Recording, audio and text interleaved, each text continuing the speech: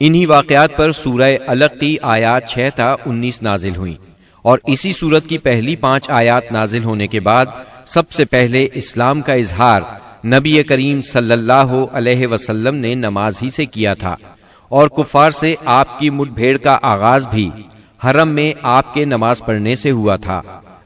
آیات یہ ہیں: كلا إن الإنسان ليطغى أن رآه استغنى إن إلى ربك الرجعى أرأيت الذي ينهى عبدا إذا صلى أرأيت إن كان على الهدى أو أمر بالتقوى أرأيت إن كذب وتولى ألم يعلم بأن الله يرى كلا لئن لم ينته لنسفعا بالناصية ناصية كاذبة خاطئة فليدع ناديه سندع الزبانية كلا لا تطعه واسجد واقترب۔ ہرگز نہیں، انسان سرکشی کرتا ہے اس بنا پر کہ وہ اپنے آپ کو بے نیاز دیکھتا ہے، حالانکہ پلٹنا یقیناً تیرے رب ہی کی طرف ہے۔ تم نے اس شخص کو دیکھا جو ایک بندے کو منع کرتا ہے جبکہ وہ نماز پڑھتا ہو، تمہارا کیا خیال ہے اگر وہ بندہ راہ راست پر ہو یا تقوی کی تلقین کرتا ہو؟ تمہارا کیا خیال ہے اگر یہ منع کرنے والا شخص حق کو جھٹلاتا اور منہ موڑتا ہو؟ کیا وہ نہیں جانتا کہ اللہ دیکھ رہا ہے؟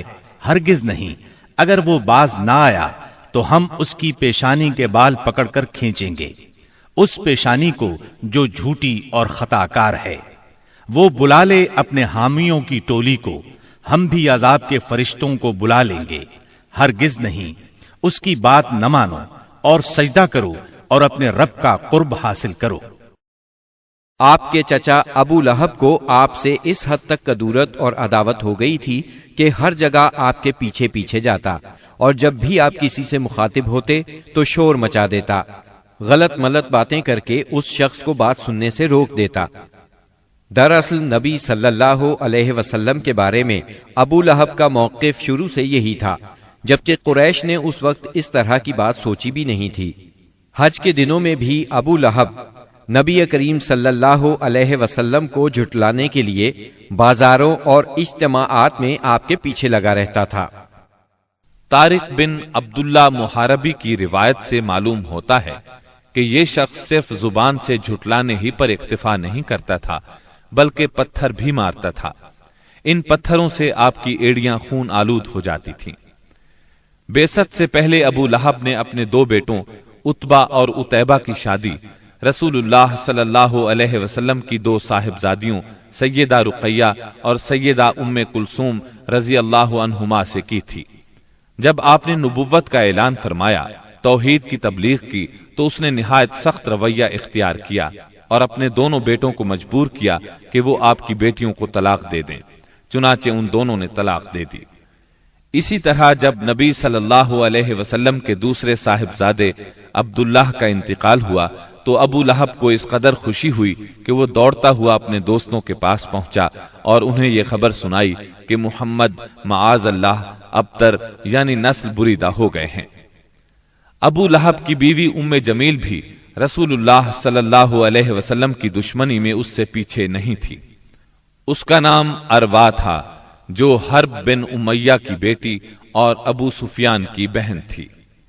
یہ آپ کے راستے میں رات کے وقت کانٹے بچھا دیا کرتی تھی، بہت بد زبان تھی، فساد برپا کرنے والی تھی۔ قرآن میں اسے حمالۃ الحطب یعنی لکڑی ڈھونے والی کا لقب دیا گیا ہے۔ جب اسے معلوم ہوا کہ اس کی اور اس کے شوہر کی مذمت میں قرآن نازل ہوا ہے تو وہ رسول اللہ صلی اللہ علیہ وسلم کو تلاش کرتی ہوئی آئی۔ آپ خانہ کعبہ کے پاس مسجد حرام میں تشریف فرما تھے۔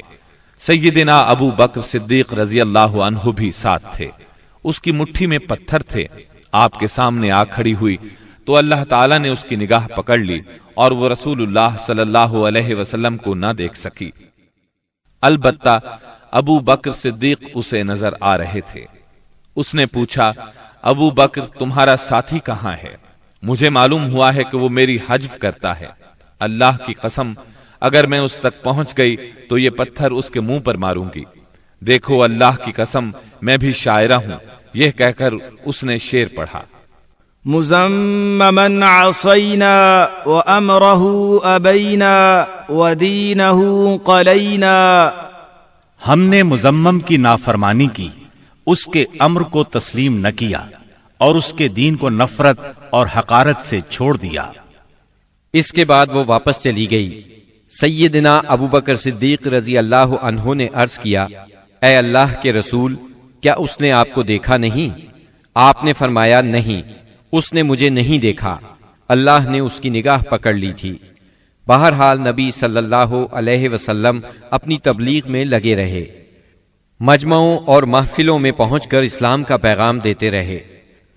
آپ کتاب اللہ کی آیات پڑھتے اور سابقہ رسولوں نے جو پیغام دیا تھا وہی پیغام لوگوں کو سناتے۔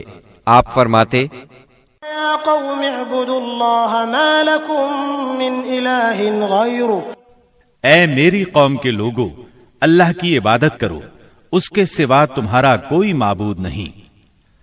اس کے ساتھ ہی آپ نے لوگوں کے سامنے کھلم کھلا اللہ کی عبادت شروع کر دی۔ چنانچہ آپ دن دہاڑے سارے لوگوں کے سامنے کعبہ کے صحن میں نماز پڑھتے۔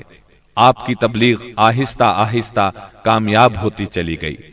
قریش اس پوری صورتحال کو تشویش کی نظر سے دیکھ رہے تھے۔ ابھی تھوڑا عرصہ گزرا تھا کہ حج کا موسم آ گیا۔ کفار حاجیوں کے سلسلے میں پریشان ہو گئے، چنانچہ ان کی ایک جماعت ولید بن مغیرہ کے پاس آئی۔ یہ ان میں عمر رسیدہ اور مرتبے والا آدمی تھا۔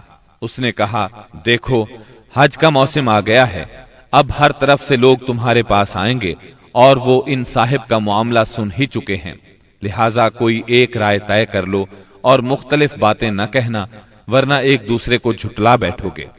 لوگوں نے کہا، تب پھر آپ ہی بتائیں ہمیں کیا کرنا چاہیے، کیا کہنا چاہیے؟ اس نے کہا، نہیں بلکہ تم کہو میں سنوں گا۔ لوگوں نے کہا، اچھا تو ہم ان سے کہیں گے یہ کاہن ہے۔ یہ سن کر ولید بن مغیرہ نے جواب دیا، وہ کاہن نہیں ہے، ہم نے کاہنوں کو دیکھا ہے، اس میں نہ ان جیسی گنگناہٹ ہے نہ تک بندی۔ تب ان لوگوں نے کہا، ہم کہیں گے وہ پاگل ہے۔ ولید بن مغیرہ نے جواب دیا، وہ پاگل بھی نہیں ہے، ہم لوگ پاگل پن کو بھی پہچانتے ہیں، اس میں نہ پاگلوں کسی گھٹن ہے، نہ الٹی سیدھی حرکتیں، نہ بہکی بہکی باتیں۔ لوگوں نے کہا، تب پھر ہم کہیں گے وہ شاعر ہے۔ ولید بن مغیرہ بولا، وہ شاعر بھی نہیں ہے، ہمیں شعر و شاعری کی تمام قسمیں معلوم ہیں، وہ شاعر نہیں ہے۔ وہ بولے، اچھا تو ہم کہیں گے وہ جادوگر ہے۔ ولید بن مغیرہ نے کہا، وہ جادوگر بھی نہیں ہے، ہم نے جادو اور جادوگر سب دیکھے ہیں، اس میں ان جیسی جھاڑ پھونک ہے نہ گرہ بندی۔ انہوں نے کہا، تب پھر آخر ہم ان سے کیا کہیں، کیا بتائیں، یہ کون ہے، کیا ہے؟ اس نے جواب میں کہا، اللہ کی قسم، اس کی بات میں مٹھاس ہے، تازگی ہے، اس کی جڑ پائیدار اور شاخ پھلدار ہے، تم جو بھی کہو گے واضح ہو جائے گا کہ تم نے جھوٹ کہا ہے۔ ویسے زیادہ مناسب یہی ہے کہ تم کہہ دو وہ جادوگر ہے اور اس کی باتوں میں جادو ہے، وہ اس کے ذریعے سے باپ بیٹے میں، بھائی بھائی میں، میاں بیوی میں، آدمی اور اس کے خاندان میں لڑائی کروا دیتا ہے، پھوٹ ڈلوا دیتا ہے۔ چنانچہ یہ بات طے کر کے وہ لوگ وہاں سے اٹھے۔ اب انہوں نے حج کے لیے آنے والوں کی راہوں میں بیٹھنا شروع کیا۔ اب جو بھی ان کے پاس سے گزرتا اسے آپ کے بارے میں بتاتے، انہیں ڈراتے اور کہتے کہ تم لوگ اس شخص کے جال میں نہ آ جانا۔ نتیجہ یہ ہوا کہ لوگوں نے آپ کو دیکھنے اور آپ کی باتیں سننے سے پہلے ہی بچ کر رہنے کی ٹھان لی۔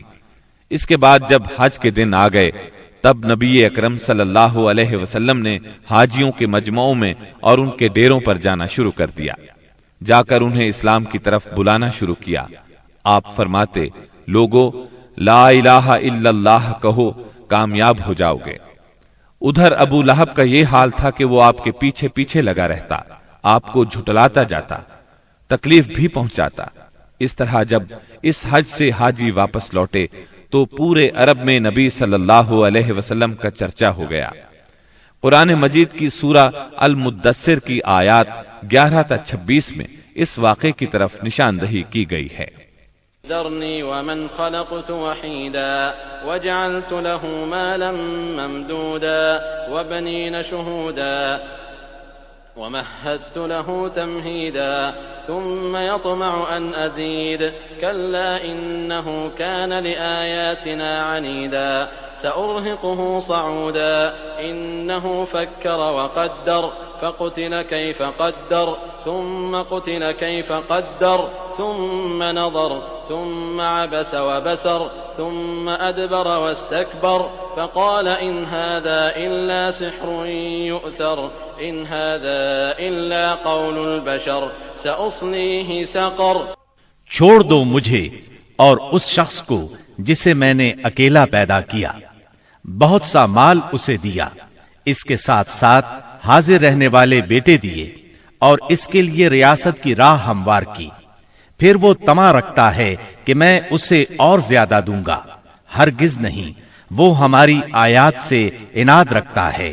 میں تو اسے بہت جلد ایک کٹھن چڑھائی چڑھاؤں گا. اس نے سوچا اور کچھ بات بنانے کی کوشش کی تو رب کی مار اس پر. اس نے کیسی بات بنانے کی کوشش کی؟ ہاں، رب کی مار اس پر. اس نے کیسی بات بنانے کی کوشش کی؟ پھر لوگوں کی طرف دیکھا، پھر پیشانی سکیڑی اور منہ بنایا، پھر پلٹا اور تکبر میں پڑ گیا. آخر کار بولا کہ یہ کچھ نہیں ہے مگر ایک جادو جو پہلے سے چلا آ رہا ہے. یہ تو ایک انسانی کلام ہے. بہت جلد میں اسے دوزخ میں پھینک دوں گا. اسلام کی اشاعت بڑھ رہی تھی، لیکن اس کے ساتھ ساتھ قریش کا ظلم و ستم بھی شدید سے شدید تر ہوتا جا رہا تھا. پھر آپ ایک مخلص صحابی ارقم بن ابی ارقم رضی اللہ عنہ کے گھر میں تبلیغ کا کام کرنے لگے، یعنی وہ گھر آپ کی تبلیغ کا مرکز ٹھہرا. مسلمانوں کو اسلامی تحریک کے سب سے پہلے مرکز دار ارقم کا علم تھا.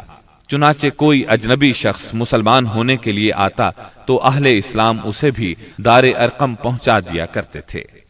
قریش کی سختیاں اور حالات جب ناقابل برداشت ہو گئے تو آپ نے اپنے اصحاب سے فرمایا، حبشہ کا بادشاہ اسہمہ نجاشی ایک انصاف پسند حکمران ہے اور اس کے ملک میں کسی پر ظلم نہیں ہوتا، لہذا تم حبشہ کی طرف ہجرت کر جاؤ.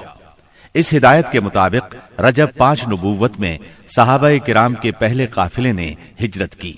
اس میں 12 مرد اور 4 عورتیں تھیں اور ان کے امیر سیدنا عثمان بن عفان رضی اللہ عنہ تھے. ان کے ساتھ ان کی زوجہ محترمہ سیدہ رقیہ رضی اللہ عنہا تھی. یہ نبی اکرم صلی اللہ علیہ وسلم کی صاحبزادی تھی اور یہ سیدنا ابراہیم علیہ السلام اور سیدنا لوط علیہ السلام کے بعد پہلا گھرانہ تھا جس نے اللہ کے راستے میں ہجرت کی تھی. یہ لوگ رات کی تاریکی میں خاموشی سے نکلے اور جدہ کے جنوب میں واقع بحر احمر کی بندرگاہ شعیبہ کا رخ کیا. خوش قسمتی سے وہاں 2 تجارتی جہاز موجود تھے. یہ لوگ ان پر سوار ہو کر حبشہ پہنچ گئے. ادھر قریش کو ان کی روانگی کا علم ہوا تو مارے غیظ و غضب کے ان کا برا حال ہو گیا. فوراً آدمی دوڑائے گئے تاکہ ان حضرات کو پکڑا جا سکے اور خوب سزا دی جا سکے، یہاں تک کہ وہ اللہ کا دین چھوڑ دیں. لیکن ان کے ساحل تک پہنچنے سے پہلے مسلمان سمندر میں دور جا چکے تھے، لہٰذا یہ لوگ ساحل سے نامراد واپس آ گئے. اس ہجرت کے کوئی 2 ماہ بعد رمضان 5 نبوت میں ایک روز رسول اللہ صلی اللہ علیہ وسلم مسجد حرام میں تشریف لائے. اس وقت وہاں قریش کے بہت سارے لوگ موجود تھے. ان میں ان کے سردار اور بڑے بڑے لوگ بھی تھے. آپ نے ان کے درمیان کھڑے ہو کر سورہ نجم کی تلاوت شروع کر دی. ایسا نفیس کلام انہوں نے پہلے کبھی نہیں سنا تھا. اب جو ان کے کانوں میں گونجا تو بے خود ہو گئے، دم بخود ہو کر سنتے رہ گئے. اس طرح خاموش اور ساکت ہو گئے کہ آپ کو روکنے کا ہوش بھی نہ رہ گیا. بلکہ سورت کے آخر میں جب ڈانٹ ڈپٹ والی آیات آئیں تو ان کے دل کانپ گئے، ہوش اڑ گئے، اور جو ہی آپ نے یہ حکم سنایا کہ فَاسْجُدُوا لِلَّهِ وَاعْبُدُوا، یعنی اللہ کے لیے سجدہ کرو اور اس کی عبادت کرو، تو سب کے سب سجدہ ریز ہو گئے. کسی کو اس حکم ربانی سے سرتابی کا یارہ نہ رہا. امام بخاری رحمت اللہ علیہ نے سیدنا عبداللہ بن مسعود رضی اللہ عنہ سے روایت کی ہے کہ نبی صلی اللہ علیہ وسلم نے سورہ نجم پڑھی، پھر سجدہ کیا تو قوم کا کوئی فرد نہ بچا جس نے سجدہ نہ کیا ہو۔ ایک آدمی نے ایک مٹھی کنکری یا مٹی کی لی اور اس کو اپنے چہرے کے اوپر تک لے گیا اور کہا، میرے لیے یہی کافی ہے۔ بعد میں نے دیکھا کہ وہ حالت کفر میں مارا گیا۔ یہ امیہ بن خلف تھا جو بدر کے دن مارا گیا۔ گویا اس وقت جتنے لوگ تھے ان میں سے بس ایک امیہ بن خلف ایسا تھا جس نے مکمل طور پر سجدہ نہیں کیا، البتہ ایک مٹھی میں کنکریاں لے کر اپنی پیشانی تک لے گیا۔ اس نے سجدہ کرنے والوں کا بس اس حد تک ساتھ دیا تھا۔ اس واقعے کی خبر حبشہ پہنچ گئی، یعنی تمام قریش کے سجدہ کرنے کی خبر۔ اس پر مسلمانوں نے سمجھا کہ وہ سب کے سب مسلمان ہو گئے ہیں۔ وہ سب خوشی خوشی ماہ شوال میں مکے کی طرف روانہ ہو گئے، لیکن جب مکے کے اس قدر قریب پہنچ گئے کہ ایک دن سے بھی کم وقت کی مسافت باقی رہ گئی، تب انہیں اصل بات کا پتہ چلا۔ اس پر کچھ لوگ تو وہیں سے واپس حبشہ چلے گئے اور کچھ چھپ چھپا کر یا کسی کی پناہ لے کر مکہ آ گئے۔ اس کے بعد مسلمانوں پر قریش کی سختیاں اور زیادہ بڑھ گئیں، کیونکہ ایک طرف تو انہوں نے بے خودی میں مسلمانوں کے ساتھ سجدہ کر دیا تھا، اس کا انہیں بہت پچھتاوا تھا، دوسری طرف مسلمانوں کے ساتھ نجاشی بہت اچھا سلوک کر رہا تھا، اس کی انہیں جلن اور کڑھن تھی۔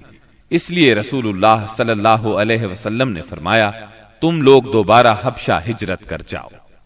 چنانچہ اس مرتبہ 82 یا 83 مرد اور 18 یا 19 عورتوں نے ہجرت کی، اور ظاہر ہے یہ ہجرت پہلی ہجرت کی نسبت زیادہ مشکل تھی، کیونکہ اب قریش چوکنے تھے، مسلمانوں کی نقل و حرکت پر ان کی نظر تھی۔ یہ اور بات ہے کہ مسلمان ان سے زیادہ چوکنے، با حکمت اور ٹھوس قدم اٹھانے والے ثابت ہوئے، اور ان کی تمام تر پکڑ دھکڑ کے باوجود حبشہ کی طرف نکلنے میں کامیاب ہو گئے۔ اس ہجرت سے قریش کے گھر گھر میں کوہرام مچ گیا، کیونکہ قریش کے بڑے چھوٹے خاندانوں میں سے کوئی ایسا نہیں تھا جس کے چشم و چراغ ان مہاجرین میں شامل نہ ہو۔ کسی کا بیٹا گیا تھا تو کسی کا داماد، کسی کی بیٹی گئی تھی تو کسی کا بھائی اور کسی کی بہن۔ ابو جہل کے بھائی سلمہ بن ہشام، اس کے چچا زاد 2 بھائی، اس کی چچا زاد بہن ام سلمہ، ابو سفیان کی بیٹی ام حبیبہ، عتبہ کے بیٹے اور ہند جگر خور کے سگے بھائی ابو حذیفہ، سہیل بن عمرو کی بیٹی سہلہ، عثمان بن عفان، ان کی اہلیہ رقیہ بنت رسول اللہ صلی اللہ علیہ وسلم، زبیر بن عوام، مصعب بن عمیر، عبد الرحمن بن عوف، ابو سلمہ مخزومی، عثمان بن مظعون، جعفر بن ابی طالب اور ان کی زوجہ اسماء بنت امیس رضی اللہ عنہم وغیرہ۔ اس طرح قریب قریب تمام سرداران قریش اور مشہور دشمنان اسلام کے جگر گوشے دین کی خاطر گھر بار چھوڑ کر نکل کھڑے ہوئے تھے۔ اس لیے کوئی گھرانہ ایسا نہ تھا جو اس واقعے سے متاثر نہ ہوا ہو۔ قریش پر یہ بات بہت گراں گزری کہ مسلمان ان سے بچ کر ایک ایسی جگہ جا پہنچے ہیں جہاں ان کی جان اور مال کو کوئی خطرہ نہیں ہے۔ چنانچہ انہوں نے ان حضرات کی واپسی کا منصوبہ تیار کیا۔ عمرو بن عاص اور عبداللہ بن ربیعہ کو حبشہ بھیجا۔ یہ دونوں اس وقت مشرک تھے۔ انہوں نے حبشہ پہنچ کر منصوبے کے مطابق سب سے پہلے پادریوں سے ملاقاتیں کی اور انہیں تحفے تحائف دیے، پھر باثر انداز میں دلیل دے کر اپنی آمد کا مقصد بتایا۔ انہوں نے ان کا ساتھ دینے کا وعدہ کر لیا۔ اس کے بعد یہ دونوں نجاشی کے پاس آئے، اسے بھی تحائف پیش کیے، پھر اصل مقصد کی بات شروع کی۔ انہوں نے کہا، اے بادشاہ، آپ کے ملک میں ہمارے کچھ ناسمجھ لوگ بھاگ آئے ہیں۔ انہوں نے اپنی قوم کا دین چھوڑ دیا ہے اور آپ کے دین میں بھی داخل نہیں ہوئے، بلکہ ایک نیا دین ایجاد کیا ہے۔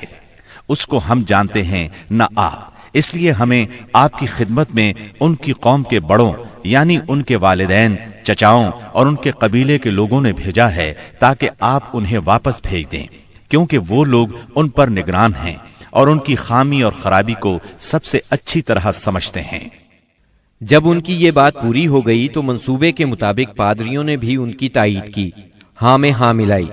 نجاشی نے ان کی باتیں غور سے سنی، لیکن سوچے سمجھے اور دیکھے بھالے بغیر فیصلہ نہیں کیا۔ اس نے سوچا دوسرے فریق کی بھی بات سنی جائے کہ وہ کیا کہتے ہیں، تبھی حق واضح ہو سکے گا۔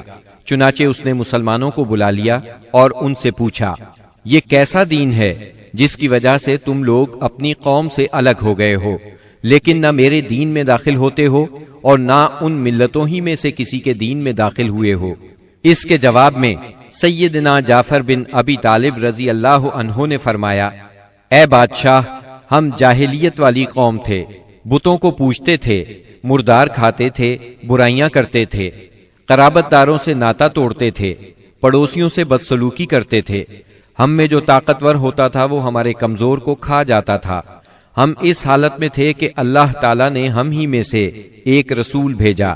ہم پہلے سے اس کے عالی نسب، سچائی، امانت اور پاک دامنی کو اچھی طرح جانتے تھے۔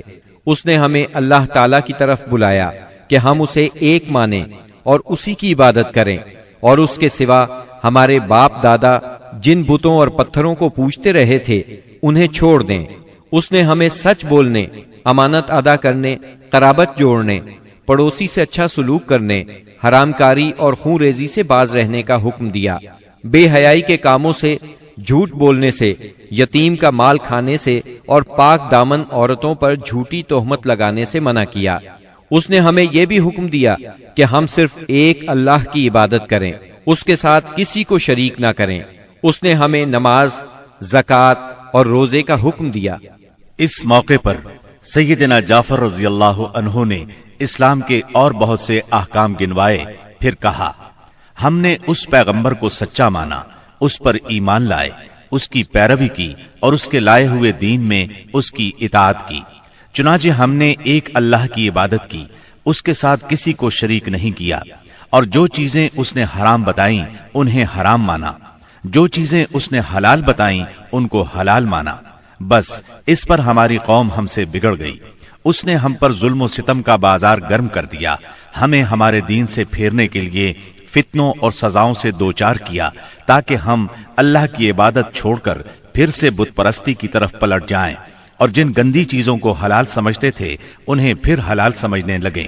جب انہوں نے ہم پر بہت ظلم و تشدد کیا، زمین ہم پر تنگ کر دی، ہمارے اور ہمارے دین کے درمیان رکاوٹ بن گئے، تو ہم نے آپ کے ملک کی راہ لی اور آپ کو دوسروں پر ترجیح دی اور آپ کی پناہ میں رہنے کو پسند کیا، اور آپ سے اے بادشاہ یہ امید کی کہ آپ کے ہاں ہم پر ظلم نہیں کیا جائے گا۔ سیدنا جعفر رضی اللہ عنہ کی یہ تقریر سن کر نجاشی نے کہا، کچھ قرآن پڑھ کر سناؤ۔ اس پر سیدنا جعفر رضی اللہ عنہ نے سورہ مریم کی ابتدائی آیات تلاوت کی۔ نجاشی ان آیات کو سن کر اس قدر رویا کہ اس کی داڑھی تر ہو گئی، اور تمام پادری بھی اس قدر روئے کہ ان کے صحیفے تر ہو گئے۔ پھر نجاشی نے کہا، یہ کلام اور وہ کلام جو عیسیٰ علیہ السلام لے کر آئے تھے دونوں ایک ہی طاق شمع سے نکلے ہوئے ہیں۔ اس کے بعد اس نے قریش کے دونوں نمائندوں سے مخاطب ہو کر کہا، تم لوگ چلے جاؤ، اللہ کی قسم میں انہیں تمہارے حوالے نہیں کر سکتا، اور نہ ان کے خلاف کوئی چال چلی جا سکتی ہے۔ دوسرے دن عمرو بن عاص نے ایک خطرناک ترین تدبیر اختیار کی۔ نجاشی سے جا کر کہا، اے بادشاہ، یہ لوگ عیسیٰ علیہ السلام کے بارے میں ایک بڑی بات کہتے ہیں۔ اس پر نجاشی نے پھر مسلمانوں کو بلوایا اور سیدنا عیسیٰ علیہ السلام کے بارے میں سوال کیا۔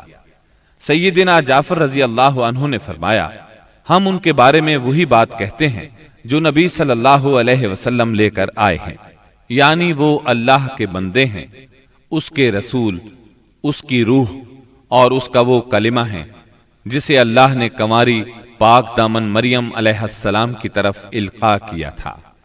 اس پر نجاشی نے زمین سے تنکا اٹھایا اور کہا، اللہ کی قسم، جو کچھ تم نے کہا ہے اس سے عیسیٰ علیہ السلام اس تنکے کے برابر بھی بڑھ کر نہیں تھے۔ چنانچہ تم لوگ میرے ملک میں امن اور چین سے رہو، جو تمہیں گالی دے گا اس پر تاوان لگایا جائے گا۔ مجھے سونے کا پہاڑ ملے تو بھی میں گوارا نہیں کروں گا کہ تم میں سے کسی کو ستایا جائے۔ اس کے بعد اس نے حکم دیا کہ قریش کے نمائندوں کو ان کے تحفے واپس کر دیے جائیں۔ چنانچہ یہ دونوں صاحبان منہ لٹکائے واپس مکہ لوٹ آئے اور مسلمانوں نے وہاں اچھے دیار میں اچھے ہمسائے کے ساتھ قیام کیا۔ بہرحال مشرکین کی چال ناکام ہو گئی۔ یہ بات ان کی سمجھ میں آ گئی کہ وہ مسلمانوں سے عداوت اپنے دائرہ اختیار میں رہ کر ہی کر سکتے ہیں، لیکن پھر اس کے مقابلے میں انہوں نے ایک خوفناک بات سوچی۔ دراصل انہیں اچھی طرح احساس ہو گیا تھا کہ اس مسئلے سے نمٹنے کے لیے ان کے سامنے دو ہی راستے رہ گئے ہیں، یہ کہ رسول اللہ صلی اللہ علیہ وسلم کو طاقت کے ذریعے تبلیغ سے روک دیں یا پھر آپ کے وجود ہی کا صفایا کر دیں۔ تاہم دوسری صورت ان کے لیے بہت مشکل تھی، اس لیے کہ ابو طالب آپ کے محافظ تھے اور وہ مشرکین کے عزائم کے سامنے آہنی دیوار تھے۔ اس لیے یہی مفید سمجھا گیا کہ ابو طالب سے دو باتیں کی جائیں۔ اس تجویز کے بعد سرداران قریش ابو طالب کے پاس گئے اور بولے، اے ابو طالب، آپ ہمارے درمیان بہت عزت اور شرف والے ہیں، ہم نے آپ سے گزارش کی کہ اپنے بھتیجے کو روکیے، لیکن آپ نے نہیں روکا۔ آپ یہ بات یاد رکھیں، ہمارے آباء و اجداد کو گالیاں دی جاتی ہیں، ہم برداشت نہیں کر سکتے۔ ہماری عقلوں کو اور سمجھ بوجھ کو حماقت کہا جائے، ہمارے خداؤں کی عیب جوئی کی جائے، یہ ہم ہرگز برداشت نہیں کر سکتے۔ آپ انہیں روک لیجئے، ورنہ پھر ہم آپ سے اور ان سے ایسی جنگ چھیڑ دیں گے کہ ایک فریق کا صفایا ہو کر رہے گا۔ ابو طالب پر اس زوردار دھمکی کا بہت زیادہ اثر ہوا۔ انہوں نے رسول اللہ صلی اللہ علیہ وسلم کو بلا کر کہا، بھتیجے، تمہاری قوم کے لوگ میرے پاس آئے تھے اور ایسی ایسی باتیں کہہ گئے ہیں، اب مجھ پر اور خود اپنے آپ پر رحم کرو، اس معاملے میں مجھ پر اتنا بوجھ نہ ڈالو جو میرے بس سے باہر ہے۔ یہ سن کر رسول اللہ صلی اللہ علیہ وسلم نے خیال فرمایا کہ اب ان کے چچا بھی ان کا ساتھ چھوڑ رہے ہیں، وہ بھی ان کی مدد نہیں کریں گے، قریش کے مقابلے میں کمزور پڑ گئے ہیں۔ اس لیے آپ صلی اللہ علیہ وسلم نے فرمایا، چچا جان، اللہ کی قسم، اگر یہ لوگ میرے دائیں ہاتھ پر سورج اور بائیں ہاتھ پر چاند رکھ دیں کہ میں اس کام کو اس حد تک پہنچائے بغیر چھوڑ دوں کہ اللہ اسے غالب کر دے یا میں اسی راہ میں ہلاک ہو جاؤں، تب بھی میں نہیں چھوڑوں گا۔ ان الفاظ کے ساتھ ہی آپ کی آنکھوں میں آنسو آ گئے اور وہاں سے اٹھ گئے۔ واپس جانے لگے تو ابو طالب نے پکارا اور سامنے آ کر کہا، بھتیجے جاؤ، جو چاہو کہو کرو، اللہ کی قسم میں تمہیں کبھی بھی کسی بھی وجہ سے نہیں چھوڑ سکتا۔ پھر یہ اشعار کہے، والله لن يصلوا إليك بجمعهم حتى أوسد في التراب دفينا فاصدع بأمرك ما عليك غضاضة وأبشر وقر بذاك منك عيونا۔ اللہ کی قسم، وہ لوگ تم تک اپنی جمعیت سمیت بھی ہرگز نہیں پہنچ سکتے یہاں تک کہ میں مٹی میں دفن کر دیا جاؤں۔ تم اپنی بات کھلم کھلا کہو، تم پر کوئی قید نہیں، تم خوش ہو جاؤ اور تمہاری آنکھیں اس سے ٹھنڈی ہو جائیں۔ سابقہ دھمکی کے باوجود جب قریش نے دیکھا کہ رسول اللہ صلی اللہ علیہ وسلم اپنا کام کیے جا رہے ہیں تو وہ جان گئے کہ ابو طالب رسول اللہ صلی اللہ علیہ وسلم کو نہیں چھوڑ سکتے، بلکہ اس بارے میں قریش سے جدا ہونے اور ان سے دشمنی مول لینے تک کو تیار ہیں۔ تو وہ لوگ ولید بن مغیرہ کے لڑکے عمارہ کو ساتھ لے کر ابو طالب کے پاس پہنچے اور ان سے یوں عرض کیا، اے ابو طالب، یہ قریش کا سب سے بانکا اور خوبصورت جوان ہے، آپ اسے لے لیں، اس کی دیت اور نصرت کے آپ حقدار ہوں گے، آپ اسے اپنا لڑکا بنا لیں، یہ آپ کا ہوگا۔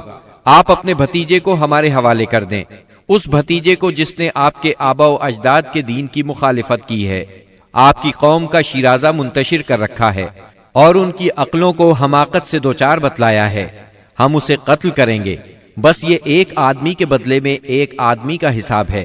ابو طالب نے اس پر ان سے کہا، اللہ کی قسم، کتنا برا سودا ہے جو تم مجھ سے کر رہے ہو، تم اپنا بیٹا مجھے دیتے ہو کہ میں اسے کھلاؤں پلاؤں اور پالوں پوسوں، جبکہ میرا بیٹا مجھ سے طلب کرتے ہو کہ اسے قتل کر دو، اللہ کی قسم یہ نہیں ہو سکتا۔ اس پر نوفل بن عبد مناف کا پوتا متم بن عدی بولا، اللہ کی قسم، اے ابو طالب، تم سے تمہاری قوم نے انصاف کی بات کہی ہے اور جو صورت تمہیں ناگوار ہے اس سے بچنے کی کوشش کی ہے، لیکن میں دیکھتا ہوں کہ تم ان کے سلسلے میں کسی بات کو قبول نہیں کرنا چاہتے۔ اس کی بات کے جواب میں ابو طالب نے کہا، اللہ کی قسم تم لوگوں نے میرے ساتھ انصاف کی بات نہیں کی، بلکہ تم بھی میرا ساتھ چھوڑ کر میرے مخالف لوگوں کی مدد پر تلے بیٹھے ہو۔ اگر یہی بات ہے تو ٹھیک ہے، جو چاہو کرو۔ اس گفتگو کی ناکامی کے بعد قریش کا ظلم و ستم حد سے بڑھ گیا۔ تکالیف دینے کا سلسلہ پہلے سے کئی گنا زیادہ اور سخت تر ہو گیا۔ انہی دنوں قریش کے سرکشوں کے دماغوں میں نبی صلی اللہ علیہ وسلم کے خاتمے کی ایک تجویز ابھری، لیکن یہ تجویز بھی ان کے خلاف گئی۔ اس تجویز کی بنا پر مکے کے دو نامور اور سرفروش یعنی سیدنا حمزہ اور سیدنا عمر بن خطاب رضی اللہ عنہما اسلام لائے اور ان کے ذریعے سے اسلام کو خوب طاقت ملی۔ ظلم و ستم کے طویل ترین سلسلے کے صرف ایک دو نمونے آپ کو سنائے جاتے ہیں۔ ایک روز ابو لہب کا بیٹا عتیبہ رسول اللہ صلی اللہ علیہ وسلم کے پاس آیا اور بولا، میں والنجم اذا ہوا اور ثم دنا فتدلی کا انکار کرتا ہوں، یعنی اس نے قرآن کی ان آیات کے بارے میں کہا کہ میں ان کا انکار کرتا ہوں۔ پھر آپ پر حملہ آور ہوا، آپ کا کرتا پھاڑ ڈالا، آپ کے چہرہ مبارک پر تھوکنے کی کوشش کی، لیکن اس کا تھوک آپ کے چہرہ مبارک تک نہ آ سکا۔ اس موقع پر نبی کریم صلی اللہ علیہ وسلم نے اس کے حق میں یوں بد دعا فرمائی، اے اللہ اپنے کتوں میں سے کوئی کتا اس پر مسلط کر دے۔ رسول اللہ صلی اللہ علیہ وسلم کی یہ بد دعا قبول ہوئی، اور وہ اس طرح کہ ایک مرتبہ عتیبہ قریش کے کچھ لوگوں کے ساتھ سفر پر گیا۔ قافلے نے ملک شام کے مقام زرقاء میں پڑاؤ ڈالا تو رات کے وقت ایک شیر قافلے کے نزدیک آیا۔ اس نے پورے قافلے کے گرد چکر لگایا۔ عتیبہ نے اس شیر کو دیکھا تو بولا، ہائے میری تباہی، اللہ کی قسم یہ مجھے کھا جائے گا۔ محمد نے مجھے بد دعا دی تھی، دیکھو میں شام میں ہوں، اس نے مکے میں رہتے ہوئے مجھے مار ڈالا۔ اس وقت تو شیر چلا گیا۔ لوگوں نے عتیبہ کو دلاسا دیا کہ فکر کرنے کی کوئی بات نہیں۔ پھر اس کی حفاظت کی خاطر اس کے چاروں طرف جانور کھڑے کر دیے، تاکہ اگر رات کے وقت شیر آ جائے تو عتیبہ کی بجائے کسی جانور کو کھا لے، عتیبہ کی طرف رخ نہ کرے۔ اس کے باوجود عتیبہ کی گویا جان نکلی جا رہی تھی۔ پھر رات ہو گئی، سب لوگ سو گئے، لیکن عتیبہ سے نیند کوسوں دور تھی، اور آخرکار شیر آ گیا۔ اس نے جانوروں کو کچھ نہ کہا، ایک چھلانگ لگا کر ان کے اوپر سے ہوتا ہوا عتیبہ پر جا پڑا اور اس کا سر چبا ڈالا۔ تکالیف پہنچانے والوں میں ایک شخص عقبہ بن ابی معیط تھا۔ اس نے ایک روز حالت سجدہ میں نبی صلی اللہ علیہ وسلم کی گردن اس زور سے دبائی کہ معلوم ہوتا تھا آپ کی آنکھیں باہر نکل آئیں گی۔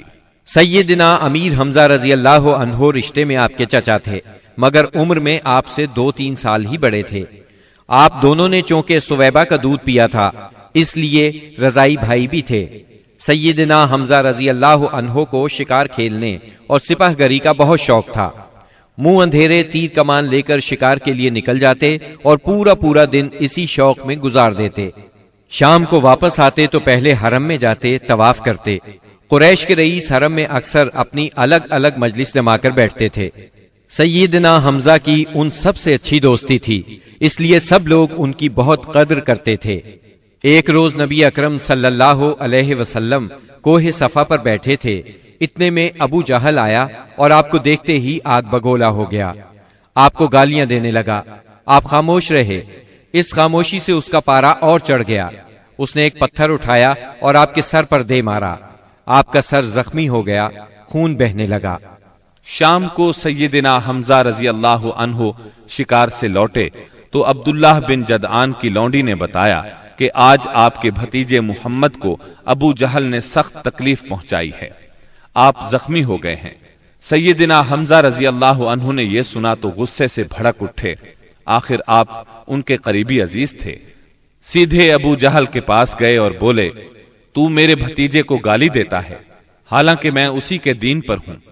اس کے بعد کمان سے اس زور سے مار ماری کہ ابو جہل اس کمان سے زخمی ہو گیا۔ اب سیدنا حمزہ رضی اللہ عنہ آپ صلی اللہ علیہ وسلم کے پاس پہنچے اور بولے، بھتیجے، تمہیں یہ سن کر خوشی ہوگی کہ میں نے ابو جہل سے تمہارا بدلہ لے لیا ہے۔ اس پر نبی اکرم صلی اللہ علیہ وسلم نے فرمایا، چچا میں ایسی باتوں سے خوش نہیں ہوا کرتا، اگر آپ میری خوشی چاہتے ہیں تو اس کا آسان اور سیدھا سادہ طریقہ یہ ہے کہ آپ مسلمان ہو جائیں۔ سیدنا امیر حمزہ رضی اللہ عنہ کے دل پر اس جملے کا اتنا اثر ہوا کہ انہوں نے اسی وقت کلمہ پڑھا اور اسلام قبول کر لیا۔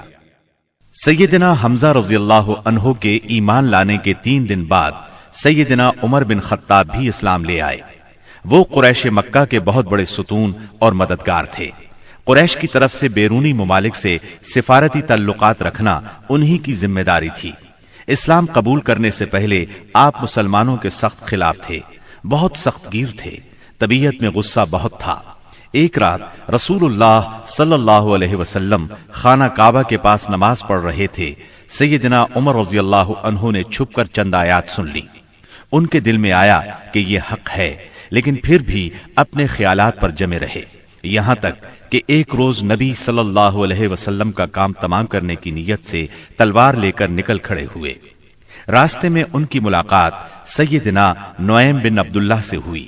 یہ نئے نئے مسلمان ہوئے تھے، اس لیے ابھی ان کے اسلام لانے کی خبر سیدنا عمر رضی اللہ عنہ کو نہیں ہوئی تھی۔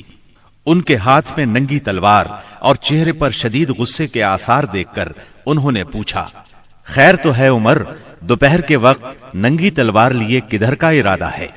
سیدنا عمر رضی اللہ عنہ نے جواب دیا، محمد کو قتل کرنے کے لیے جا رہا ہوں۔ یہ سن کر نعیم بولے، محمد کو قتل کرنے سے پہلے اپنے گھر کی خبر لو۔ تمہاری بہن فاطمہ اور تمہارے بہنوئی سعید تمہارا دین چھوڑ کر اسلام قبول کر چکے ہیں۔ سیدنا عمر یہ سن کر آگ بگولا ہو گئے، سیدھے بہن کے گھر پہنچے۔ اس وقت گھر میں قرآن کے ایک معلم سیدنا خباب بن ارت رضی اللہ عنہ انہیں قرآن پڑھا رہے تھے۔ دروازے پر دستک کی آواز سن کر ان کی بہن فاطمہ بنت خطاب نے قرآن کے اوراق چھپا دیے۔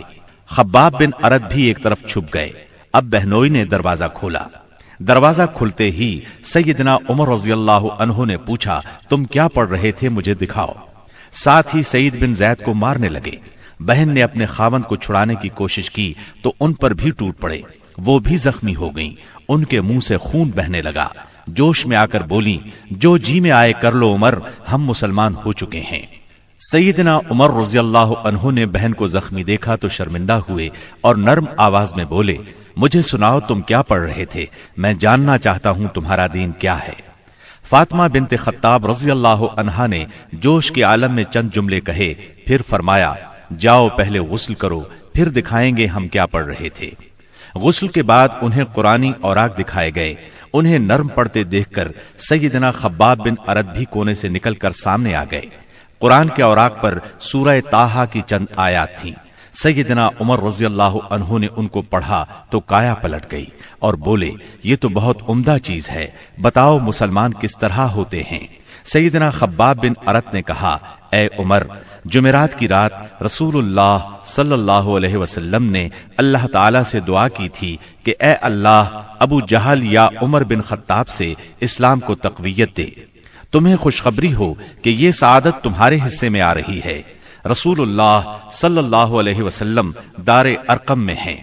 سیدنا عمر رضی اللہ عنہ ان کے ساتھ دار ارقم پہنچے، دروازے پر دستک دی۔ دروازہ کھلنے پر اندر موجود لوگ سیدنا عمر رضی اللہ عنہ کو دیکھ کر چونک اٹھے۔ نبی صلی اللہ علیہ وسلم کو بتایا تو آپ نے فرمایا، آنے دو۔ سیدنا عمر رضی اللہ عنہ اندر داخل ہوئے۔ آپ صلی اللہ علیہ وسلم نے ان کا کرتا پکڑ کر کھینچا اور فرمایا، عمر، کس ارادے سے آئے ہو؟ سیدنا عمر رضی اللہ عنہ نے فوراً کلمہ پڑھا، اشہد اللہ الہ الا اللہ وانک رسول اللہ، میں گواہی دیتا ہوں کہ یقیناً اللہ کے سوا کوئی لائق عبادت نہیں اور یقیناً آپ اللہ کے رسول ہیں۔ یہ اس قدر اچانک اور اس قدر غیر متوقع تھا کہ وہاں موجود تمام صحابہ بے ساختہ پکار اٹھے، اللہ اکبر۔ دار ارقم گونج اٹھا۔ سیدنا عمر رضی اللہ عنہ کا ایمان لے آنا کوئی معمولی واقعہ نہیں تھا۔ مسلمانوں میں خوشی کی لہر دوڑ گئی۔ دوسری طرف قریش اپنی تدابیر میں مصروف تھے۔ ایک روز کچھ سردار مسجد حرام میں محفل جمائے بیٹھے تھے، جبکہ آپ ایک کونے میں الگ بیٹھے تھے۔ مسلمانوں کی بڑھتی ہوئی تعداد نے قریش کی پریشانی میں بہت اضافہ کر دیا تھا، لہذا اس موقع پر ابو سفیان کے خسر عتبہ بن ربیعہ نے قریش کے سرداروں سے کہا، صاحبو، اگر آپ لوگ پسند کریں تو میں جا کر محمد سے بات کروں اور ان کے سامنے چند تجاویز رکھوں، شاید کہ وہ ان میں سے کوئی تجویز مان لیں اور ہم لوگ بھی اس کو قبول کر لیں، ہو سکتا ہے اس طرح وہ ہماری مخالفت سے باز آ جائیں۔ سب حاضرین نے اس بات سے اتفاق کیا۔ عتبہ اٹھ کر آپ کے پاس پہنچا اور آپ کے پاس بیٹھ گیا۔ آپ نے اس کی طرف دیکھا تو وہ بولا، بھتیجے، تم اپنی قوم میں اپنے نسب اور خاندان کے اعتبار سے جو حیثیت رکھتے ہو وہ تمہیں معلوم ہے، مگر تم اپنی قوم پر ایک بڑی مصیبت لے آئے ہو۔ تم نے جماعت میں تفریقہ ڈال دیا ہے، ساری قوم کو تم بے وقوف ٹھہراتے ہو، قوم کے معبودوں اور اس کے دین کی برائی کرتے ہو اور ایسی باتیں کرنے لگے ہو جن کے معنی یہ ہیں کہ ہم سب کے باپ دادا کافر تھے۔ اب ذرا میری بات سنو، کچھ تجاویز تمہارے سامنے رکھتا ہوں، ان پر غور کرو، شاید کہ ان میں سے کسی کو تم قبول کر لو۔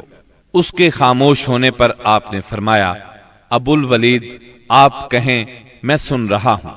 اس نے کہا، بھتیجے، یہ کام جو تم نے شروع کیا ہے، اس سے اگر تمہارا مقصد مال حاصل کرنا ہے تو ہم سب مل کر تمہیں اتنا کچھ دینے کے لیے تیار ہیں کہ تم ہم میں سب سے زیادہ مالدار ہو جاؤ گے۔ اگر اس سے اپنی بڑائی چاہتے ہو تو ہم تمہیں اپنا سردار بنانے کے لیے تیار ہیں، کسی معاملے کا فیصلہ تمہارے بغیر نہیں کیا کریں گے۔ اگر بادشاہت ہی چاہتے ہو تو ہم تمہیں اپنا بادشاہ بنا لیتے ہیں، اور اگر تم پر کوئی جن آتا ہے جسے تم خود دور کرنے پر قادر نہیں ہو تو ہم بہترین طبیبوں سے اپنے خرچ پر تمہارا علاج کروا دیتے ہیں۔ عتبہ یہ باتیں کرتا رہا، آپ خاموشی سے سنتے رہے۔ جب وہ اپنی کہہ چکا تب آپ نے فرمایا، اچھا اب میری سنو۔ اس کے بعد آپ نے بسم اللہ الرحمن الرحیم پڑھ کر سورہ حامیم السجدہ کی تلاوت شروع کی۔ عتبہ اپنے دونوں ہاتھ پیچھے زمین پر ٹکائے سنتا رہا۔ جب آپ نے آیت سجدہ یعنی آیت نمبر 38 پر پہنچ کر سجدہ کیا، پھر سر اٹھا کر فرمایا، اے ابو الولید، میرا جواب آپ نے سن لیا، اب آپ جانیں اور آپ کا کام۔ ان آیات مبارکہ کا ترجمہ بھی آپ سن لیں جو رسول صلی اللہ علیہ وسلم نے عتبہ کے سامنے اس کی باتوں کے جواب میں پڑھی۔ شروع اللہ کے نام سے جو بہت مہربان نہایت رحم والا ہے۔ حامیم، یہ اتاری ہوئی ہے بڑے مہربان بہت رحم والے کی طرف سے۔ ایسی کتاب ہے جس کی آیتوں کی واضح تفصیل کی گئی ہے، اس حال میں کہ قرآن عربی زبان میں ہے، اس قوم کے لیے جو جانتی ہے۔ خوشخبری سنانے والا اور ڈرانے والا ہے، پھر بھی ان میں سے اکثر نے منہ پھیر لیا اور وہ سنتے ہی نہیں۔ اور انہوں نے کہا کہ تو جس کی طرف ہمیں بلا رہا ہے، ہمارے دل تو اس سے پردے میں ہیں اور ہمارے کانوں میں گرانی ہے، اور ہم میں اور تجھ میں ایک حجاب ہے۔ اچھا تو اپنا کام کیے جا، ہم بھی یقیناً کام کرنے والے ہیں۔ آپ کہہ دیجئے کہ میں تو تم ہی جیسا انسان ہوں، مجھ پر وحی نازل کی جاتی ہے کہ تم سب کا معبود ایک اللہ ہی ہے، سو تم اس کی طرف متوجہ ہو جاؤ اور اس سے گناہوں کی معافی چاہو، اور ان مشرکوں کے لیے بڑی ہی خرابی ہے جو زکوٰۃ نہیں دیتے اور آخرت کے بھی منکر ہی رہتے ہیں۔ بے شک جو لوگ ایمان لائیں اور بھلے کام کریں ان کے لیے نہ ختم ہونے والا اجر ہے۔ آپ کہہ دیجئے کہ کیا تم اس اللہ کا انکار کرتے ہو اور تم اس کے شریک مقرر کرتے ہو جس نے 2 دن میں زمین پیدا کر دی؟ سارے جہانوں کا پروردگار وہی ہے، اور اس نے زمین میں اس کے اوپر سے پہاڑ گاڑ دیے اور اس میں برکت رکھ دی، اور رہنے والوں کی غذاؤں کی تجویز بھی اسی میں کر دی، صرف 4 دن میں، ضرورت مندوں کے لیے یکساں طور پر۔ پھر آسمان کی طرف متوجہ ہوا اور وہ دھواں سا تھا، پس اسے اور زمین سے فرمایا کہ تم دونوں خوشی سے آؤ یا ناخوشی سے۔ دونوں نے عرض کیا ہم بخوشی حاضر ہیں۔ پس 2 دن میں 7 آسمان بنا دیے اور ہر آسمان میں اس کے مناسب وحی بھیج دی، اور ہم نے آسمان دنیا کو چراغوں سے زینت دی اور نگہبانی کی، یہ تدبیر اللہ غالب و دانا کی ہے۔ اب بھی یہ روگرداں ہوں تو کہہ دیجئے کہ میں تمہیں اس کڑک سے ڈراتا ہوں جو مثل عادیوں اور سمودیوں کی کڑک کے ہوگی۔ حبشہ میں قریش بری طرح ناکام ہو گئے۔ دوسری طرف وہاں شاہ حبشہ نے مسلمانوں کے ساتھ اعلیٰ ترین سلوک کیا، انہیں وہاں رہنے کی کھلی آزادی دی۔ ادھر مکہ معظمہ میں سیدنا حمزہ اور سیدنا عمر بن خطاب رضی اللہ عنہما نے اسلام قبول کر لیا۔ ان تمام باتوں کی بنا پر کفار کا زور ٹوٹنے لگا۔ دوسری طرف آپ کی تبلیغی کوششوں سے مسلمانوں کی تعداد میں روز بروز اضافہ ہوتا جا رہا تھا اور قبائل میں بھی اسلام پھیلتا جا رہا تھا۔ اس صورتحال نے قریش کو مجبور کیا کہ وہ نئے سرے سے حالات کا جائزہ لیں اور اسلام کی بڑھتی ہوئی مقبولیت میں مزید اضافہ نہ ہونے دیں۔ چنانچہ قریش مکہ ایک جگہ جمع ہوئے۔ مشورے کے بعد بنی ہاشم اور بنی مطلب سے معاشرتی قطع تعلق کا فیصلہ کیا۔ ایک قرارداد لکھی گئی، اس پر حلف لیا گیا، اس میں طے پایا کوئی شخص بنو ہاشم اور بنو مطلب سے شادی بیاہ کے تعلقات نہ رکھے، کسی قسم کا لین دین نہ کرے، نہ کھانے پینے کی چیزیں ان کے ہاتھ فروخت کرے، نہ ان سے بولے چالے، جب تک کہ محمد قتل کے لیے ان کے حوالے نہیں کر دیے جاتے۔ اس قرارداد کو اہمیت دینے کے لیے اس کو کعبے کے اندر لٹکا دیا گیا۔ دوسرے قبائل خاص طور پر بنو کنانہ بھی اس معاہدے میں شریک ہو گئے۔ اس طرح یہ اور مضبوط ہو گیا۔ اس معاہدے کی کتابت بغیز بن عامر بن ہاشم نے کی تھی۔ رسول اللہ صلی اللہ علیہ وسلم نے اس پر بد دعا کی اور اس کا ہاتھ یا ہاتھ کی بعض انگلیاں شل ہو گئیں۔ قریش مکہ کے اس معاشرتی بائیکاٹ سے مجبور ہو کر ابو طالب نے اپنے خاندان کے ساتھ شیب ابی طالب میں پناہ لی۔ شیب ابی طالب مکہ معظمہ میں ایک محلے کا نام تھا۔ بنی ہاشم اس میں رہا کرتے تھے۔ شیب عربی زبان میں گھاٹی کو کہتے ہیں۔ یہ محلہ کوہ ابو قبیس کی گھاٹیوں میں سے ایک گھاٹی میں واقع تھا اور ابو طالب بنی ہاشم کے سردار تھے، اس لیے شیب ابی طالب کہا جاتا تھا۔ بنی ہاشم اور بنی مطلب کے ہر شخص نے ساتھ دیا۔ مسلمانوں نے ان کی وجہ سے اور کفار کے خاندانی اور نسبتی تعلق کی بنا پر محصور ہونا قبول کیا۔ بنو ہاشم میں سے صرف ابو لہب نے قریش مکہ کا ساتھ دیا اور وہ شہر ہی میں مقیم رہا۔ بنو ہاشم اور بنو مطلب کے 3 سال اس گھاٹی میں گزرے۔ یہ 3 سال اس قدر سخت، تنگ دستی، غربت اور تکالیف کے تھے کہ بھوک کی شدت سے بچوں کے بلبلانے کی آوازیں راستہ چلتے لوگوں کو سنائی دیتی تھیں، مگر سنگ دل کفار ان چیخوں کو سن کر خوش ہوتے تھے۔ مسلمانوں نے ان 3 برسوں میں درختوں کے پتے اور چمڑے کھا کر پیٹ کی آگ بجھائی۔ سعد بن ابی وقاص رضی اللہ عنہ فرماتے ہیں، میں بھوکا تھا، اتفاق سے رات کے وقت میرا پاؤں کسی چیز پر پڑا، میں نے اس چیز کو اٹھایا اور نگل گیا، مجھے اب تک معلوم نہیں کہ وہ کیا چیز تھی۔ اسی طرح اونٹ کی کھال کا سوکھا ہوا چمڑا انہیں کہیں راستے میں پڑا مل گیا، انہوں نے پانی سے دھو کر اس کو جلایا اور صفوف بنا کر پانی کے ساتھ کھا کر 3 راتیں بسر کی۔ یہ معاشرتی بائیکاٹ اتنا شدید تھا کہ قریش نے کھانے پینے کی اشیاء کا لے جانا بھی بند کر دیا تھا۔ جب کوئی تجارتی قافلہ مکے آتا تو ابو لہب اٹھتا اور اعلان کرتا، کوئی تاجر عام نرخوں پر اصحاب محمد کو فروخت نہ کرے، بلکہ اتنی قیمت بڑھائے کہ وہ چیز ان لوگوں کی قوت خرید سے باہر ہو جائے۔ قریش میں سے بعض لوگوں کے دل ان حضرات کی یہ حالت دیکھ کر کڑتے تھے، کیونکہ وہ ان کے عزیز تھے، چنانچہ ایسے لوگ خفیہ طور پر کھانے پینے کی چیزیں بھیج دیتے تھے۔ ایک دن سیدنا حکیم بن حزام رضی اللہ عنہ اپنی پھوپھی سیدہ خدیجہ رضی اللہ عنہا کے لیے کچھ چیزیں لے کے جا رہے تھے کہ ابو جہل نے راستہ روک لیا اور کہا، اگر تم نے شیب ابی طالب میں غلہ پہنچانے کی کوشش کی تو میں سب لوگوں میں تمہیں رسوا کر دوں گا۔ اتفاق سے اس وقت ابو البختری سامنے سے آ گیا۔ واقعے کی تفصیل سن کر ابو جہل سے کہنے لگا، اگر ایک شخص اپنی پھوپھی کے لیے کچھ غلہ بھیجتا ہے تو تم کیوں رکاوٹ بنتے ہو؟ چنانچہ ابو البختری کی مداخلت کی وجہ سے اسے اپنی پھوپھی کے پاس غلہ بھجوانے دیا۔ غرض ایسی ہی تکالیف اور مصائب کی وجہ سے مکے کے بعض نیک دل لوگوں کو یہ سفاکانہ معاہدہ ختم کرنے کا خیال آیا۔ آخر ہشام بن عمرو کی کوششوں سے زہیر بن ابی امیہ، سیدہ ختیجہ رضی اللہ عنہا کے رشتہ دار مطعم بن عدی، زمعہ بن اسود اور ابو البختری بن ہاشم اور مختلف قبائل کے بعض افراد نے رات کو خفیہ مجلس میں اس معاہدے کی منسوخی کا طریقہ کار مرتب کیا۔ پھر صبح کو کعبۃ اللہ کے پاس اپنے اپنے حلقے میں جمع ہوئے۔ طواف کے بعد پہلے زہیر نے اعلان کیا، جب تک انسانیت کے خلاف اس معاہدے کو ختم نہیں کیا جائے گا میں چین سے نہیں بیٹھوں گا۔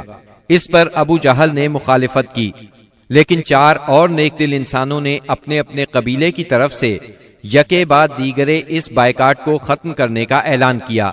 ابو جہل مجلس کا یہ رنگ دیکھ کر دنگ رہ گیا اور کہنے لگا، یہ معاملہ تو پہلے ہی سے طے شدہ لگتا ہے۔ تکالیف پہنچانے کی پالیسی کے بعد جب قریش نبی کریم صلی اللہ علیہ وسلم کو نفسیاتی حربوں سے شکست نہ دے سکے تو انہوں نے اب ان پر معاشرتی دباؤ ڈالنے کا پروگرام بنایا۔ اس کے لیے ان کے سرپرست اور نگران ابو طالب پر دباؤ ڈالنا ضروری تھا۔ چنانچہ سرداران قریش نے بار بار ان کے پاس جا کر شکایت کی۔ ایک بار تو قریباً 25 سردار ابو طالب کے پاس پہنچے۔ ان میں ابو جہل، ابو سفیان، امیہ بن خلف، عتبہ، اسود بن عبد المطلب اور شیبہ شامل تھے۔ انہوں نے پہلے تو آپ کے خلاف اپنی شکایات بیان کی، پھر کہا، ہم آپ کے سامنے ایک انصاف کی بات پیش کرتے ہیں۔ آپ کا بھتیجا ہمیں ہمارے دین پر چھوڑ دے اور ہم اسے اس کے دین پر چھوڑ دیتے ہیں۔ وہ جس معبود کی عبادت کرنا چاہے کرے، ہمیں اس سے کوئی غرض نہیں، مگر وہ ہمارے معبودوں کی برائی نہ بیان کرے اور یہ کوشش نہ کرتا پھرے کہ ہم اپنے معبودوں کو چھوڑ دیں۔ آپ ہم سے اس شرط پر اس کی صلح کرا دیں۔ ان کے خیال میں مصالحت کا اس سے اچھا طریقہ کیا ہو سکتا تھا؟ ابو طالب نے نبی اکرم صلی اللہ علیہ وسلم کو بلایا اور ساری بات بیان کی۔ آپ نے جواب میں فرمایا، چچا جان، میں تو ان کے سامنے ایک ایسا کلمہ پیش کرتا ہوں جسے اگر یہ جان لیں تو پورا عرب ان کے تابع اور عجم ان کا جزیہ گزار ہو جائے گا۔ اس پر ان لوگوں نے کہا، تم ایک کلمہ کہتے ہو، ہم ایسے 10 کلمے کہنے کو تیار ہیں، مگر یہ تو بتاؤ وہ کلمہ کیا ہے؟ آپ نے جواب میں فرمایا، لا الہ الا اللہ۔ اس پر وہ سب غصے اور تکبر سے اٹھ کھڑے ہوئے۔ اس وقت وہ جو باتیں کہتے ہوئے وہاں سے نکلے ان کا ذکر قرآن کریم کی سورہ سعد کی آیات 1 تا 7 میں آیا ہے۔ صاد والقرآن ذی الذکر بل الذین کفروا فی عزة وشقاق کم اہلکنا من قبلہم من قرن فنادوا ولا تحین مناص وعجبوا ان جاءهم منذر منهم وقال الكافرون هذا ساحر كذاب اجعل الآلهة إلها واحدا ان هذا لشيء عجاب وانطلق الملأ منهم ان امشوا واصبروا على آلهتكم ان هذا لشيء يراد ما سمعنا بهذا في الملة الآخرة إن هذا إلا اختلاق۔ صاد، اس نصیحت والے قرآن کی قسم، بلکہ کفار غرور و مخالفت میں پڑے ہوئے ہیں۔ ہم نے ان سے پہلے بھی بہت سی امتوں کو تباہ کر ڈالا تو انہوں نے ہر چند چیخ پکار کی، لیکن وہ وقت چھٹکارے کا نہ تھا۔ اور کافروں کو اس بات پر تعجب ہوا کہ انہی میں سے ایک انہیں ڈرانے والا آ گیا اور کہنے لگے کہ یہ تو جادوگر اور جھوٹا ہے۔ کیا اس نے اتنے سارے معبودوں کا ایک ہی معبود کر دیا؟ واقعی یہ بہت ہی عجیب بات ہے۔ ان کے سردار یہ کہتے ہوئے چلے کہ چلو جی اور اپنے معبودوں پر جمے رہو، یقیناً اس بات میں کوئی غرض ہے۔ ہم نے تو یہ بات پچھلے دین میں بھی نہیں سنی، کچھ نہیں، یہ تو صرف من گھڑت ہے۔ نبی اکرم صلی اللہ علیہ وسلم اور آپ کے صحابہ کرام رضی اللہ عنہم کو اس مصیبت سے نجات تو مل گئی، لیکن قریش کے 3 سالہ بائیکاٹ نے بہت سے حضرات کی صحت برباد کر دی تھی۔ آپ شہر میں تشریف لائے ہی تھے کہ آپ کے چچا ابو طالب بیمار پڑ گئے اور چند روز بعد ہی وفات پا گئے۔ صحیح بخاری میں مسیب رحمت اللہ علیہ سے مروی ہے کہ جب ابو طالب کی وفات کا وقت آیا تو نبی کریم صلی اللہ علیہ وسلم ان کے پاس تشریف لے گئے۔ اتفاق سے اس وقت ابو جہل اور عبداللہ بن ابی امیہ بھی ابو طالب کی عیادت کے لیے موجود تھے۔ رسول اللہ صلی اللہ علیہ وسلم نے فرمایا، چاچا جان، آپ لا الہ الا اللہ کہہ دیجئے، بس ایک کلمہ جس کے ذریعے میں اللہ تعالی کے پاس آپ کے لیے حجت پیش کر سکوں گا۔ اسی وقت ابو جہل اور عبداللہ بن ابی امیہ نے دخل اندازی کی، بولے، ابو طالب، کیا تم اپنے باپ عبد المطلب کے دین سے پھر جاؤ گے؟ یہ سن کر ابو طالب ذرا دیر کے لیے رکے، پھر بولے، میں عبد المطلب کے دین پر مرتا ہوں۔ اس کے بعد ابو طالب نے آپ کی طرف دیکھا اور کہا، میں کلمہ شہادت کہہ دیتا، لیکن قریش کہیں گے کہ ابو طالب موت سے ڈر گیا۔ یہ سن کر آپ نے فرمایا، میں آپ کے لیے مغفرت کی دعا کرتا رہوں گا جب تک اللہ مجھے ایسا کرنے سے منع نہ کر دے۔ اس پر سورہ توبہ کی آیت 113 نازل ہوئی۔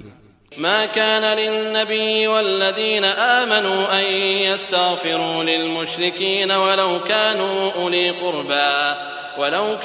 أولي قربى من بعد ما تبين لهم أنهم أصحاب الجحيم۔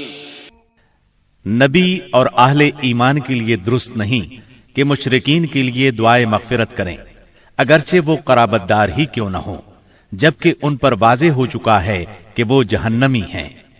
جناب ابو طالب کی وفات کے چند روز بعد سیدہ خدیجہ رضی اللہ عنہا نے انتقال فرمایا۔ آپ اپنے شفیق چچا کی وفات کے صدمے سے ابھی سنبھلے بھی نہیں تھے کہ سیدہ خدیجہ رضی اللہ عنہا جیسی جانثار اور غم گسار رفیقہ حیات دنیا سے رخصت ہو گئیں۔ ان کی وفات نبوت کے 10ویں سال ماہ رمضان میں ہوئی۔ اس وقت ان کی عمر 65 برس تھی۔ رسول اللہ صلی اللہ علیہ وسلم کا ارشاد ہے، جس وقت لوگوں نے میرے ساتھ کفر کیا وہ مجھ پر ایمان لائیں، جس وقت لوگوں نے مجھے جھٹلایا انہوں نے میری تصدیق کی، جس وقت لوگوں نے مجھے محروم کیا انہوں نے مجھے اپنے مال میں شریک کیا، اور اللہ نے مجھے ان سے اولاد دی اور دوسری بیویوں سے کوئی اولاد نہ دی۔ ان کی میت خود آپ نے قبر میں اتاری۔ اس سال کا نام خود آپ نے عام الحزن رکھا۔ یہ نام تاریخ اسلام کا جز بن گیا۔ جناب ابو طالب اور سیدہ خدیجۃ الکبریٰ کی وفات کے بعد کفار مکہ اور بھی زیادہ دلیر ہو گئے، پہلے سے زیادہ آپ کو تنگ کرنے لگے، یہاں تک کہ آپ کا گھر سے نکلنا بھی مشکل ہو گیا۔ ابو طالب کی وفات پر ابو لہب بنو ہاشم کا سردار بنا۔ شروع ہی میں اس نے اعلان کر دیا کہ آپ اپنے اقوال اور اعمال کے ذمہ دار ہیں۔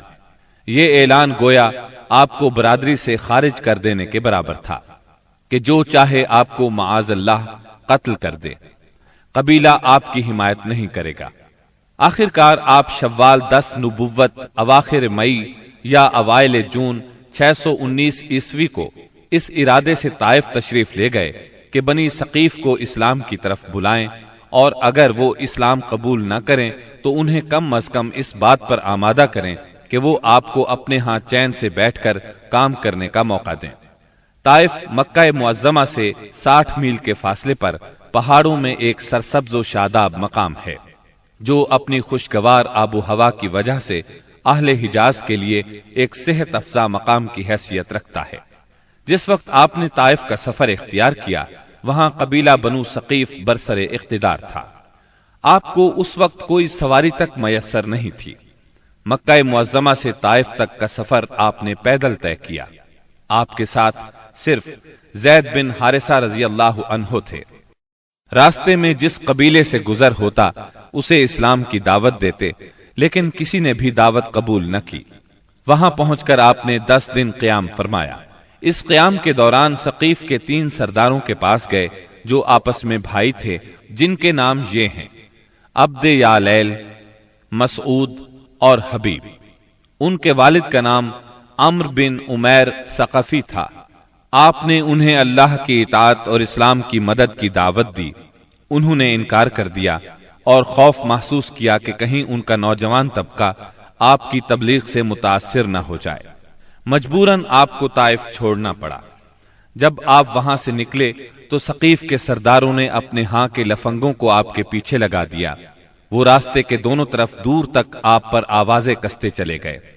انہوں نے گالیاں بھی دی اور پتھر بھی مارے، اس قدر پتھر مارے کہ آپ زخموں سے چور ہو گئے، اور اس قدر خون نکلا کہ آپ کے جوتے مبارک بھی